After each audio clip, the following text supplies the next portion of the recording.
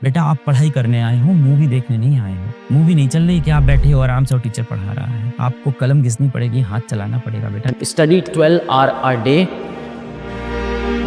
मेरे अंदर डिसिप्लिन नहीं है। मेरा क्या होता है कि मेरे पास बैकलॉग बन जाते हैं। सर मेरे घर में वो माहौल नहीं है, घर का वो एटमॉस्फेयर नहीं है कि मैं पढ़ पाऊं। मान ले दो दोस्त हैं, एक दोस्त बहुत हार्ड वर्किंग है पर उसका इतनी जल्दी क्वेश्चन सॉल्व नहीं होता है। कई लोग का नहीं होता है, इतनी तेज कैच नहीं कर पा रहा टॉपिक। एक दोस्त कम हार्ड वर्किंग है, उसके क्वेश्चन सॉल्व हो जाते हैं। ये भी बेटा बहुत आसान हो जाएगा। Study 12 hours a day। सबसे पहले आपको इसमें भी सोने का समय निकालना है। तो स्लीप आपकी कितनी होगी? मैं कहता हूँ अब 8 घंटे सो लो, फायदा करेगा। अभी भी बेटा आपके पास रिमेनिंग टाइम कितना है? अभी भी टाइम रिमेनिंग कितना है? दिन में होते हैं आपके पास 24 घंटे, आप 8 घंटे सो लिए बेटा, अभी भी रिमेनिंग टाइम आपके पास 16 आवर बचा है। आपको बेटा कितना पढ़ना है? 12 आवर पढ़ना है। तो 12 आवर अपन कैसे बनेगा? 2 + 2 + 2 + 2 + 2 2 4 2 6 2 8 2 10 और 2 12, 3 में डिवाइड कर ले, इजी हो जाएगा। तो 12 आवर को मैं डिवाइड कर देता हूँ कि मुझे 12 आवर पढ़ना है, मतलब 3 + 3 + 3 + 3। तो मेरे पास 4 स्लॉट होने चाहिए। तो 16 घंटे को 4 स्लॉट में डिवाइड करते हैं। मान लेते हैं बेटा आप सुबह उठते हैं,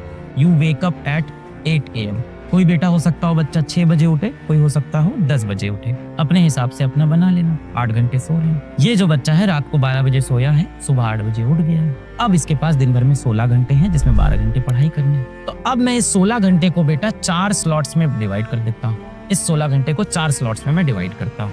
8 बजे उठा है मान रहे हैं, एक हो गया 8 AM से इसका 12 PM पहला स्लॉट, दूसरा हो गया 12 PM से 4 PM का स्लॉट, तीसरा हो गया 4 PM से 8 PM का स्लॉट और चौथा हो जाएगा बेटा 8 PM से रात वाला 12 AM का स्लॉट। अब ये 4 घंटे के स्लॉट हैं और आपको हर बार 3 घंटे पढ़ने हैं। यहाँ आपके पास 4 आवर्स हैं, आपको कितना पढ़ना है? 3 आवर आउट ऑफ 4। यहाँ भी बेटा सेम 3 आवर आउट ऑफ 4। इस तरह से करते करते आप 4 स्लॉट में 3 घंटे की पढ़ाई कर सकते हो और इफेक्टिवली यहाँ से 12 घंटे निकाल सकते हो। देखो थोड़ा डिफिकल्ट होगा, मैं मान रहा हूँ, तो हो सकता हो 12 ना हो, 10 घंटे हो जाए, फिर भी एडवांटेज है। 10 घंटे 11 घंटे, एक दिन 10 पढ़ ली, एक दिन 11 पढ़ ली, 3-4 घंटे एक्स्ट्रा आपका है। बहुत से बच्चे अब ये कहते हैं कि हम नोट्स नहीं बनाएंगे, क्यों? प्रिंटेड नोट्स मिल जाते हैं। बहुत से बच्चे कहते हैं प्रिंटेड नोट मतलब हमें तो टीचर के पूरे PDF नोट्स मिल जाते हैं, हम क्यों नोट्स बनाएं, हम तो भाई क्लास आराम से देखेंगे। बेटा आप पढ़ाई करने आए हो, मूवी देखने नहीं आए हो। मूवी नहीं चल रही कि आप बैठे हो आराम से और टीचर पढ़ा रहा है। आपको कलम घिसनी पड़ेगी, हाथ चलाना पड़ेगा बेटा। अपने नोट्स बनाने बहुत जरूरी है। हैंड रिटन खुद के नोट्स बनाएं बेटा, हैंड रिटन सेल्फ नोट्स। आप अपने नोट्स जरूर बनाएं। नोट्स बेटा हमेशा अपने होने चाहिए। कई लोग कहते हैं नहीं सर नोट्स तो मैं कॉपी कर लूंगा, PDF मिल जाता है नोट्स का, मैं अपने दोस्त का ले लूंगा। बेटा दोस्त के नोट्स और दोस्त की गर्लफ्रेंड सिर्फ देखने में अच्छी लगती है, मिलती कभी नहीं है, समझ में कभी नहीं आती। ऐसे नोट्स बनाओ कि आपको खुद समझ में आ जाए, दूसरे के नोट्स समझ में आने वाले नहीं। कई बच्चे कहते हैं कि सर एक बार पहले नोट्स को मैं रफ बनाऊंगा, फिर उसको फेयर कर लूंगा।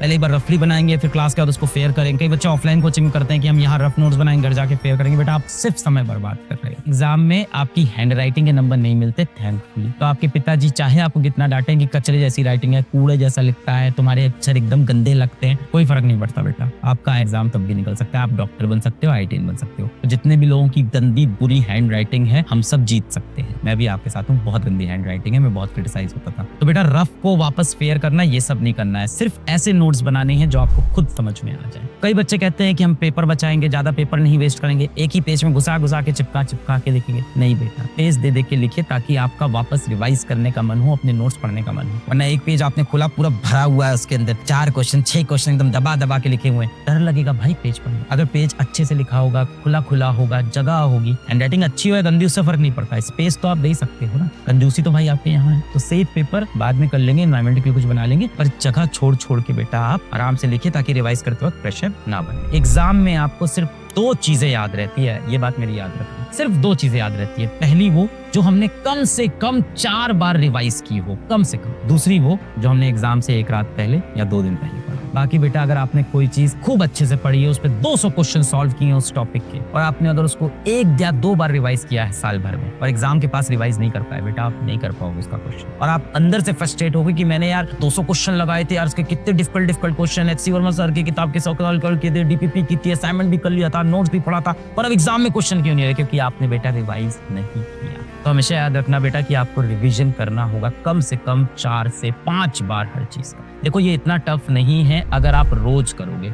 जब दिक्कत होती है, जब आप इसको टालते हो, रिवीजन टाल रहे हैं, क्वेश्चंस लगा रहे हैं, मैं आपको बोलता हूं अगर आपके पास बेटा जीवन में ऑप्शन है कि इस टॉपिक के 5 नए क्वेश्चन लगा लूं या इसके एग्जिस्टिंग नोट्स को रिवाइज कर लूं, हर बार बेटा नोट्स रिवीजन को चूज करना जब तक दिमाग में अच्छे से पूरे नोट्स फिट ना हो।